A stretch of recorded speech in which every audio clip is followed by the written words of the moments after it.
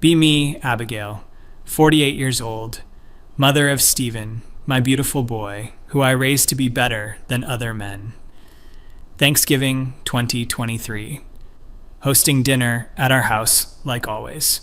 My husband, Kenneth, is in the kitchen, doing his usual thing. Not because I make him, obviously. We share duties equally because I'm not some 1950s housewife. Stephen is coming home from college for the weekend. Haven't seen him in 2 months. Excited to see my son. Also, my father-in-law, Robert, is coming. Kenneth's brother, Derek, and his wife, Janet. Whole family gathering. Spend all morning preparing. Kenneth keeps giving me these looks. Asks me, Abigail, can we just have one normal dinner? I ask him what he means by that. He sighs and goes back to basting the turkey. Typical. Doorbell rings at 3 p.m. It's Robert, Kenneth's dad. Big guy, former construction worker. Exactly the kind of man who doesn't understand how the world has changed. He shakes my hand, doesn't even try to hug me. Anymore. Learned that boundary years ago after I explained why unexpected physical contact is problematic. He mumbles Abigail and walks past me. Kenneth greets him warmly. They do that backslapping hug thing men do. Derek and Janet show up 20 minutes later. Derek is one of those guys who thinks he's funny, always making jokes that I have to deconstruct. Janet is sweet, but completely asleep at the wheel when it comes to her own oppression. Works part-time and does all the cooking and cleaning. I've tried to talk to her about it. She just smiles and changes the subject. Stephen arrives last. My heart jumps when I see him. My boy. But something is wrong. He looks thin, dark circles under his eyes. When I hug him, he barely hugs back. Hi, Mom. His voice is flat. Ask him how school is going. Fine. That's all he gives me. Fine. We all sit down for dinner. Kenneth carved the turkey. Everyone is passing dishes. Normal small talk. Robert asks Stephen about his classes. Stephen mentions he's taking a literature course. I light up. Finally something I can engage with. Oh, what are you reading? Please tell me they're including diverse voices and not just dead white men. Stephen stares at his plate. It's a survey course, Mom. Different periods. I press on. But surely they're interrogating the canonical bias, right? The way the literary establishment has systematically excluded women and minorities. Stephen cuts his turkey into smaller and smaller pieces. I guess. Derek clears his throat. Abigail, pass the gravy. I hand it to him. Notice Robert and Kenneth exchanging glances. Janet is very focused on her green beans. Something feels off. The energy at this table is strange. Trying to lighten the mood, I bring up something I read this week. You know, I was reading about how traditional family gatherings like this one actually reinforce patriarchal structures through ritualized gender performance. Literal silence. Everyone has stopped chewing. Kenneth closes. His eyes. Stephen's fork clatters onto his plate. Mom, please. Stephen's voice cracks. He's gripping the edge of the table. Please, not today. I'm confused. Honey, I'm just trying to have a meaningful conversation. No, you're not. His voice is getting louder. You're doing what you always do. Robert sets down his fork, looks at Stephen. You okay, son? Stephen is breathing hard. His eyes are getting red. No, Grandpa, I'm not okay. He looks at me. I'm not okay. And I haven't been okay for a really long time. My stomach drops. Mother's instinct kicking in. Stephen, what's wrong? What happened? He laughs. It's bitter, not like him. What happened? What happened? He's standing now. Everyone is frozen. You happened, Mom. You happened to me every single day of my entire life. Kenneth reaches for Stephen's arm. Son, maybe we should... No, Dad. Stephen pulls away. You've been telling me to talk about this for years. You said I should tell her, so I'm telling her. Turns. back to me. His face is red, tears streaming down. Do you know why I came home this weekend, Mom? I shake my head. My throat is tight. Because my roommate Tyler told me I needed to. Because last week, a girl in my philosophy class asked me to get coffee and I had a panic attack in the bathroom for 45 minutes. My hand goes to my mouth. Stephen. A girl asked me to coffee and I couldn't breathe. Derek leans forward. His voice is hard. Abigail, what the hell did you do to this kid? I'm spinning. I don't understand. I raised him to be respectful, to understand consent, to be terrified. Stephen is shouting now. You raised me to be terrified of half the human population. Robert stands up, all 6'3" of him. He's angry, really angry. I've never seen him like this. Abigail, I've bitten my tongue for 20 years watching you parent that boy. His voice is shaking. 20 goddamn years while you filled his head with poison. I stand up too. Poison? I taught him to respect women, to understand the reality of shut up. Kenneth never yells. Never. In 25 years of marriage, I've heard him raise his voice maybe twice. But he's yelling now. He's standing, hands flat on the table. For once in your life, Abigail, just shut up and listen. I sit down, feel like I've been slapped. Janet has tears running down her face. She's holding Stephen's hand.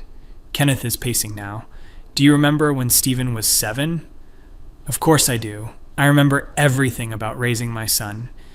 Do you remember what you told him when he said he thought Emma from his class was pretty? I remember Emma. I remember that conversation. I told him that he needed to be careful about objectifying girls, that beauty is a social construct used to... He was 7, Abigail. Kenneth slams his hand on the table. He was 7 years old and said a classmate was pretty and you gave him a 40-minute lecture about the male gaze. Stephen is sobbing now. Really, sobbing. I thought I was bad, Mom. I thought there was something wrong with me for noticing girls. His whole body is shaking. I was 7 and I thought I was a predator. Derek stands up, walks over to Stephen, puts his hand on his shoulder, then looks at me. His face is stone. I need to say something I've wanted to say for 15 years. Janet whispers, Derek. No, Jan, she needs to hear this. He points at me. You are the most selfish person I have ever met in my entire life. I start to respond. Don't. Robert's voice cuts through. He's still standing. Don't you dare defend yourself right now. You're going to sit there and you're going to listen to what your son has to say. Looks at Stephen. Tell her, boy. Tell her everything. Stephen wipes his eyes, takes a shaky breath. When I was 10, I asked you what dating was. I remember. I gave him an age-appropriate explanation about relationships. You told me that dating was a patriarchal institution designed to facilitate male ownership of female bodies. He looks at me. I was 10, Mom. I just wanted to know why Tommy's sister had a boyfriend. When I was 13 and going through puberty, I came to you because I was confused about the feelings I was having. Oh God, I remember that too. You sat me down and told me that male sexuality was inherently predatory and that I needed to be extremely careful about my urges because they came from the same place as rapists and abusers. Janet gasps. You told your 13-year-old son that? I'm trying to explain. I was trying to make sure he understood consent, that he didn't grow up to be what? Kenneth is in my face now. Actually in my face. To be what, Abigail? To be like me? To be like his grandfather? His uncle? I've never seen him this angry. You think we're all just one step away from being monsters. I never said that. My voice sounds weak. You've said it 1,000 times. Derek is angry too now. Every time you talk about men, like we're some monolith. Every time you make a comment about typical male behavior or masculine fragility or any of that shit you constantly say. He's standing now too. All the men are standing except Stephen, who's collapsed in his chair. You talk about men like we're defective, Abigail. And you made your son think he was defective too. Robert walks around the table, stops right in front of me. I'm going to tell you something, and you're going to hear it. His voice is quiet, but it's terrifying. I raised 3 sons, Kenneth, Derek, and their brother Paul. I wasn't a perfect father. I made mistakes. But I loved those boys, and I taught them to be good men. He's crying now. This big, tough man is crying. And you took my grandson, and you made him hate himself for being born male. I'm shaking. I don't hate men. Yes, you do. Stephen is on his feet again. Yes, you do, Mom, and you've hated them my whole life, and you made sure I knew it. He's pulling at his hair, pacing. Do you know what it's like to grow up being told that people like you are the problem with the world? Do you know what that does to a kid? He spins to face me. Every movie we watched, you pointed out the sexism. Every book I read for school, you told me about the problematic male author. Every friend I brought home, you analyzed their behavior for signs of toxic masculinity. I was trying to raise you to be conscious, to be aware, to be ashamed. His voice breaks. You raised me to be ashamed of being a boy. Kenneth sits back down, puts his head in his hands. I tried to talk to you, Abigail. For years I tried to tell you that you were going too far. He looks up at me. His eyes are red. Every time I suggested that maybe you were being a bit extreme, you told me I was being defensive, that I was exhibiting fragility, that I was trying to protect the patriarchy. He wipes his eyes. I was trying to protect our son. Derek is nodding. I remember when Stephen was 16 and he asked me about asking girls out. Looks at Stephen. You remember that? At the summer barbecue? Stephen nods. You asked me how to talk to girls, and I started to give you advice, and Abigail came over, and he looks at me. You literally pulled him away from me, told him he didn't need dating advice from me because I was part of the problem. Janet is crying harder now. I wanted to say something that day. Derek was so hurt. I'm trying to process this, trying to understand. I thought I was protecting him. Girls face so much harassment, so much unwanted attention. I wanted to make sure he never made a woman uncomfortable. Well, congratulations. Stephen's voice is dead. Mission accomplished, Mom. I will never make a woman uncomfortable because I can't even make eye contact with women. He sits back down, looks at his hands. I'm 23 years old and I've never been on a date, never kissed anyone, never held hands with a girl. Because every time I even think about approaching a woman, I hear your voice. What do you hear? Kenneth asks it gently. Stephen closes his eyes. I hear all of it. I hear men think they're entitled to women's time. I hear women don't exist for male desire. I hear there's no such thing as a nice guy. That's just manipulation. I hear approaching women in public is harassment. I hear men need to leave women alone. He opens his eyes, looks at me. So I do, Mom. I leave them alone. I leave everyone alone. Because you taught me that being male means being a threat. Robert sits back down heavily. Jesus Christ, Abigail. He's looking at me like I'm a stranger.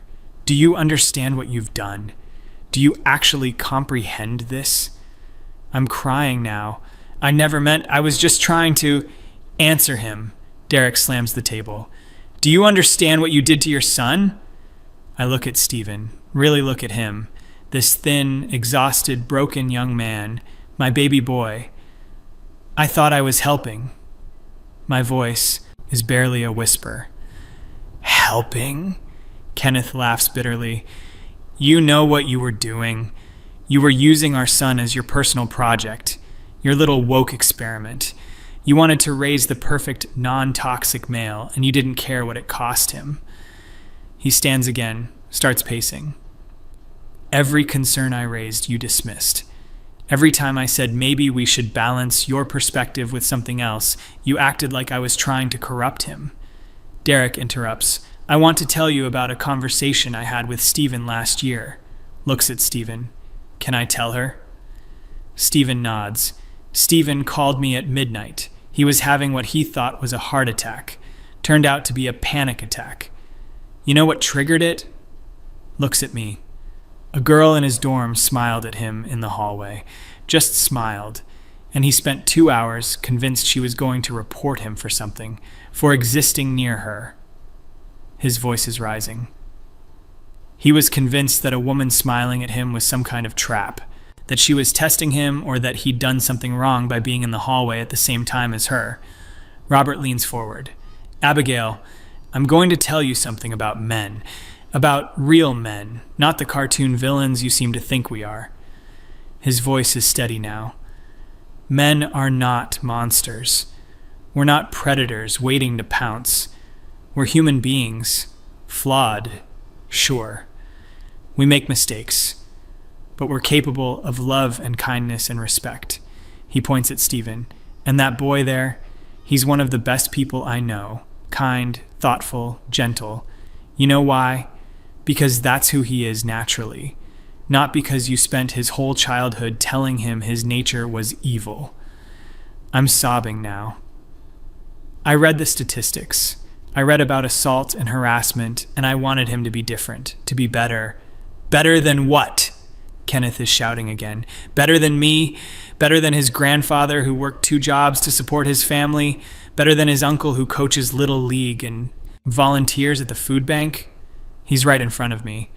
You wanted him to be better than the straw man you built in your head. This imaginary typical man who's just a collection of every bad statistic you ever read. Janet finally speaks. Her voice is quiet. Abigail, I've known you for 18 years. She's still holding Stephen's hand. And in all that time, I've watched you suck the joy out of every room you enter. Every conversation becomes a lecture. Every interaction becomes a chance to educate someone about their privilege or their bias or their complicity. She's not angry, just sad. And I've watched you do it to Stephen worst of all, because he couldn't get away from you. He was a child and you were his mother, and he had to absorb every bit of your anger at the world. Stephen speaks again. He sounds exhausted. Do you remember my 10th birthday party? I remember. I planned it for weeks. I invited 12 kids from school, 8 boys, 4 girls. You remember what you did? Oh no, I remember now. You organized the games so they were gender neutral. You made a speech to a bunch of 10-year-olds about inclusive play and not reinforcing stereotypes. He's crying again. Tommy's mom pulled him out early, said it was too weird. 3 other kids left too. My birthday party fell apart because you couldn't just let kids play. He wipes his eyes, and when I cried after everyone left, you told me it was a learning experience, that sometimes doing the right thing is hard. Kenneth sits next to Stephen, puts his arm around him. I wanted to say something that day. I wanted to tell you that you'd ruined his party, but you were so convinced you were right. You're always so convinced you're right. Looks at me. I've spent our entire marriage tiptoeing around your ideology, afraid to contradict you because you'll accuse me of being part of the problem, of being complicit in oppression. His voice breaks. I'm your husband, Abigail. We're supposed to be partners, but you've treated me like I'm the enemy for 25 years. Derek stands up, walks to the window, speaks with his back to me.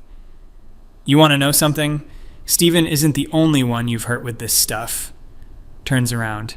Kenneth called me 3 years ago. 2 a.m. Know what he said? Looks at his brother. He said he didn't know if he could stay married to you anymore.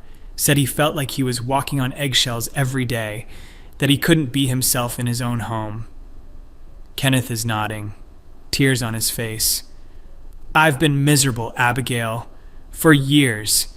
But I stayed because of Stephen, and because there were good moments too, but mostly because I didn't want to abandon my son to be raised by you alone.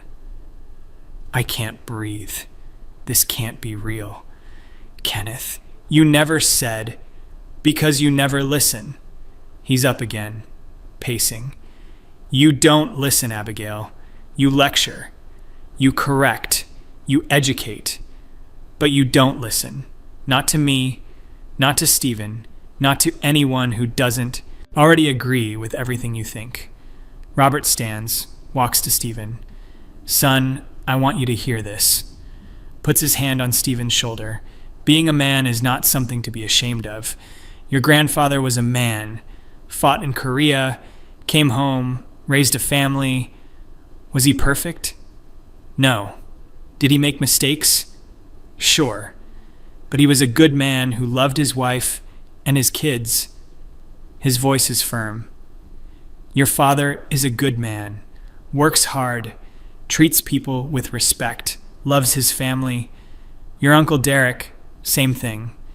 You come from a line of good men, Stephen. Don't let anyone tell you otherwise. I find my voice. I never said Kenneth wasn't a good man. Yes, you did. Stephen is on his feet. Maybe not in those words, but you said it. All the time.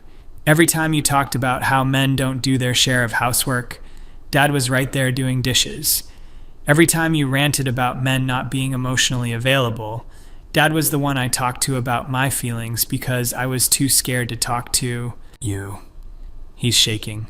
Every time you made some comment about typical male behavior, you were telling me that Dad, Grandpa, Uncle Derek, that we were all part of some toxic group. That maleness itself was the problem.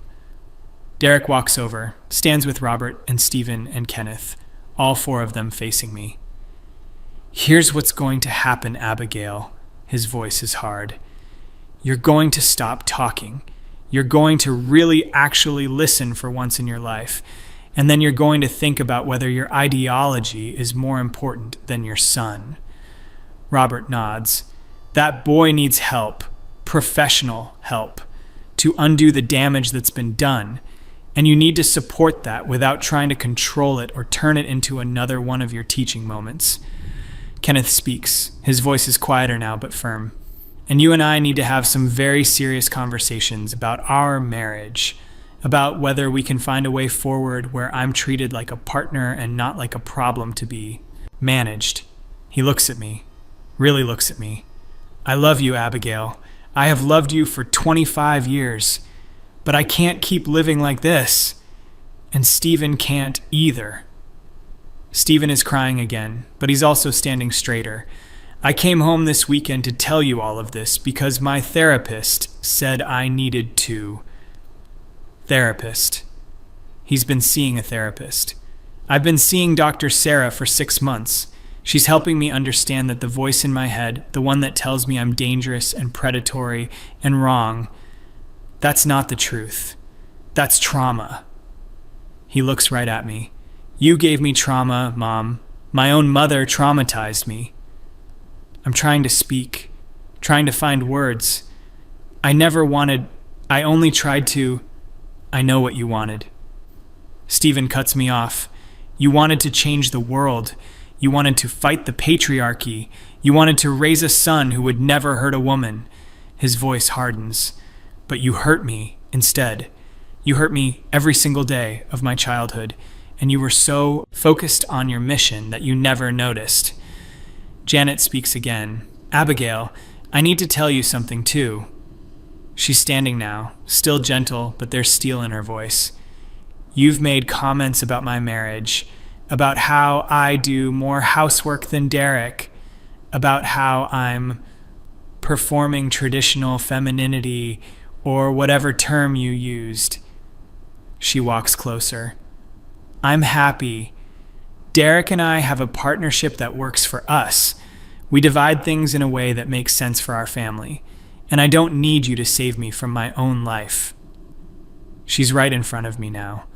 But more than that, I need you to know that I've watched you damage the people around you with your certainty, your absolute conviction that you're right and everyone else needs to be educated, and I'm not going to stand by quietly anymore while you hurt people I love.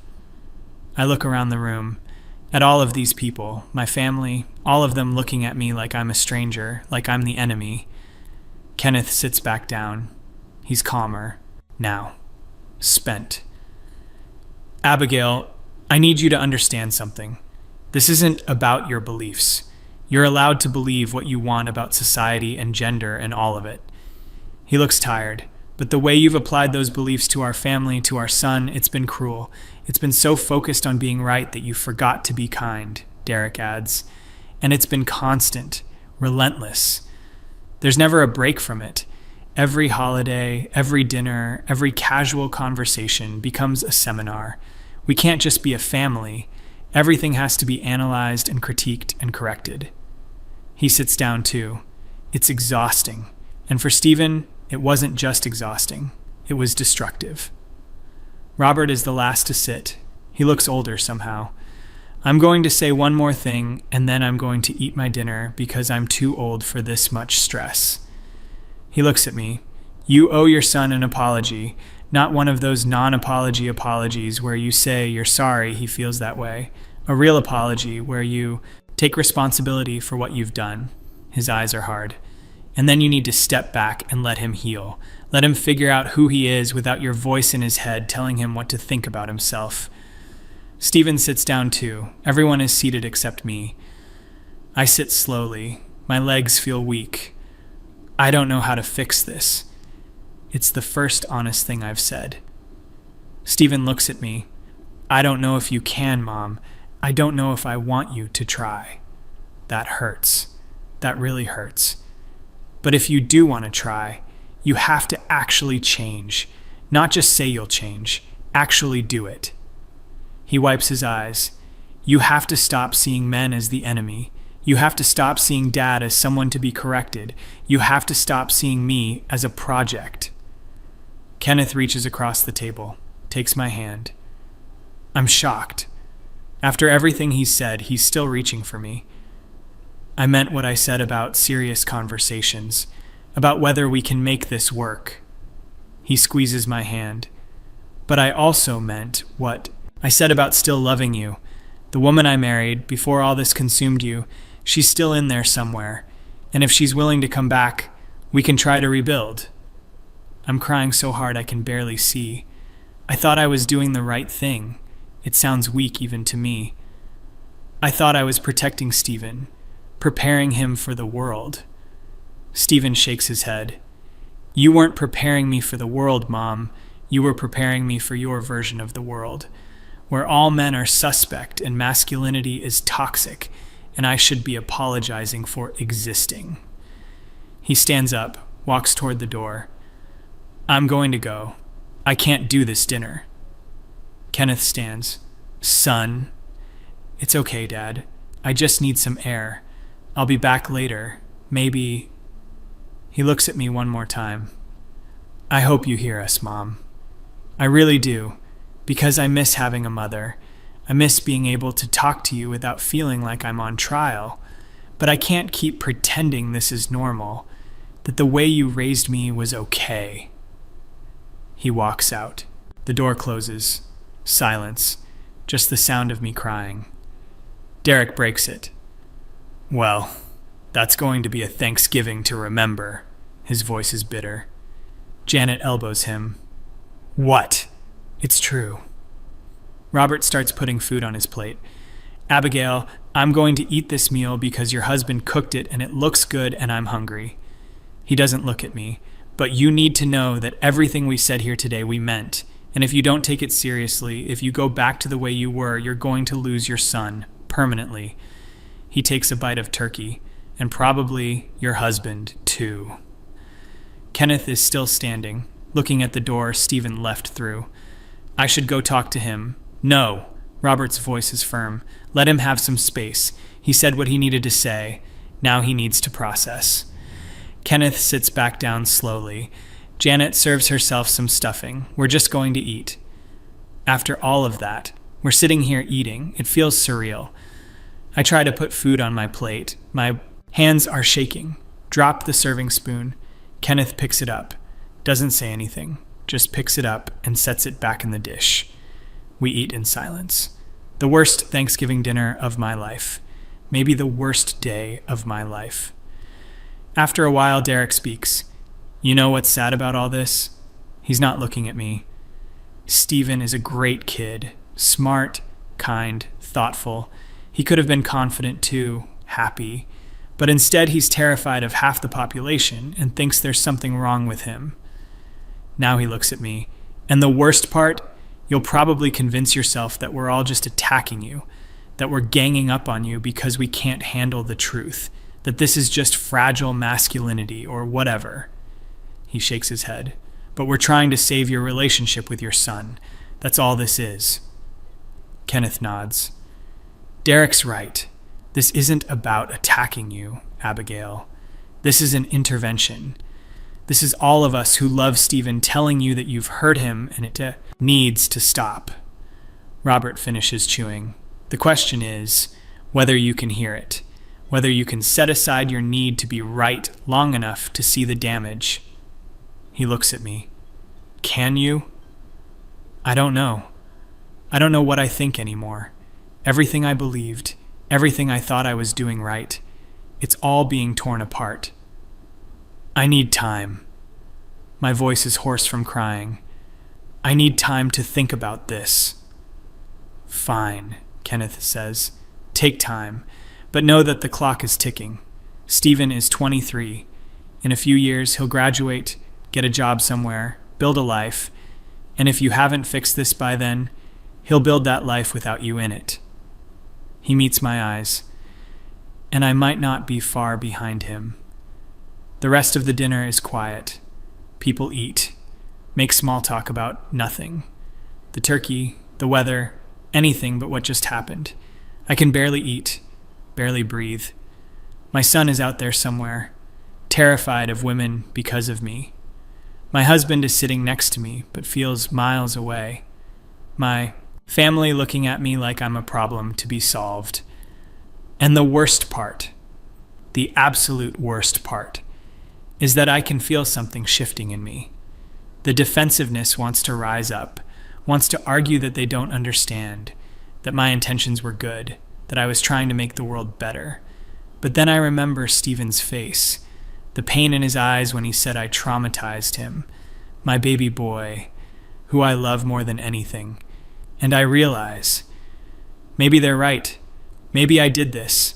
Maybe in trying to fight all the bad in the world, I created it in my own son. Robert stands to leave. Kenneth, thank you for dinner. It was good. Looks at me. Abigail, I hope you figure this out, for Stephen's sake. He walks to the door, stops, turns back. And for what it's worth, the world isn't as simple as you think it is. Men aren't monsters, and women aren't victims, and life is more complicated than your theories. He leaves. Derek and Janet start to gather their things. Janet hugs me, whispers in my ear, "Get help, Abigail. Real help. Talk to someone." Derek just nods at me. They leave too. It's just me and Kenneth, sitting at a table full of half-eaten food. The Thanksgiving dinner that destroyed everything. What do we do now? I ask him. He's quiet for a long time. Now. Now you decide who you want to be. The person who's always right, or Stephen's mother. He stands, starts clearing plates. Because you can't be both anymore. I sit there, in the ruins of my certainty, thinking about my son, somewhere out in the cold, afraid of women, afraid of himself, because of me. And I don't have any answers, no theories that can fix this, no framework that can undo what I've done, just the terrible understanding that I broke my own child, and I don't know how to put him back together. The green text ends, me sitting alone at the table, everything I built my identity on, crumbling, and my son's words echoing. You raised me to be ashamed of being a boy. I did that. I really did that. Now I have to live with it.